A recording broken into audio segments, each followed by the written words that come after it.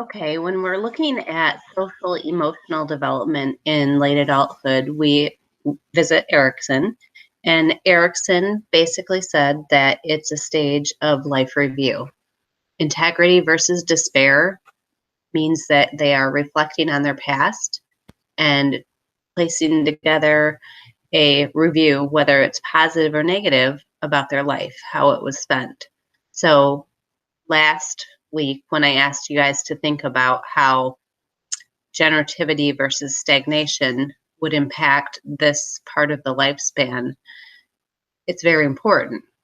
You know, when you think of all of the things that you've done to make the world a better place or to leave a positive legacy, your life review is going to be much more positive than if you did not. So when we was talking about the different theories on aging, this one is not biological in nature, but I feel like it is the most optimistic, and that's why it's one of my favorites.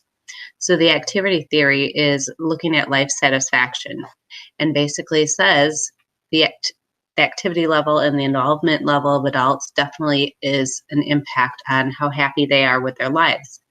So what adults might do is become very selective about their social networks and make sure that they're spending time with people who are rewarding them in terms of relationships. So this theory looks at selection, optimization, and compensation.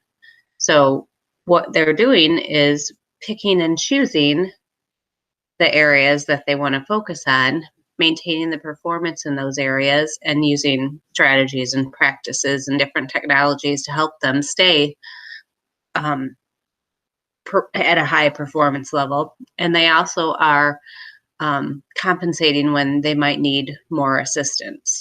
So using, like I said, strategies or technologies, that sort of thing. When we look at personality in adulthood, this is going to reflect back on that Big Five model. And as you can see, they are linking different personality traits with different predictors. So for example, conscientiousness is something that is associated with lower mortality risk. And that is someone who is conscientious and making good choices when you look at their choices that they make from childhood through late adulthood. Neuroticism is tagged with anxiety, negative emotions, and they predict higher frailty. So as you can see, there's just a lot of different personality traits that are linked to different areas. When we look at the perception of older adults in society, there's a lot of stereotyping, the whole idea of ageism, where we have prejudice against people because of their age.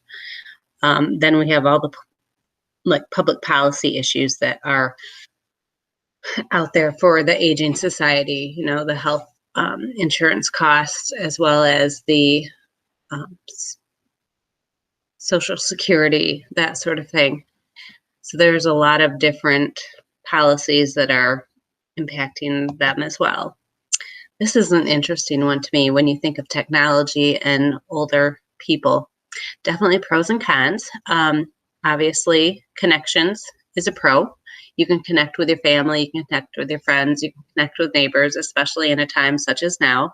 Gives them a good sense of well-being. However, it also seems that they revert to childlike stages in terms of binge watching television, spending 51 hours a week watching TV. So that's quite a bit. That's more than kids do. So it can lead to just sedentary behavior as well as no social or physical activity.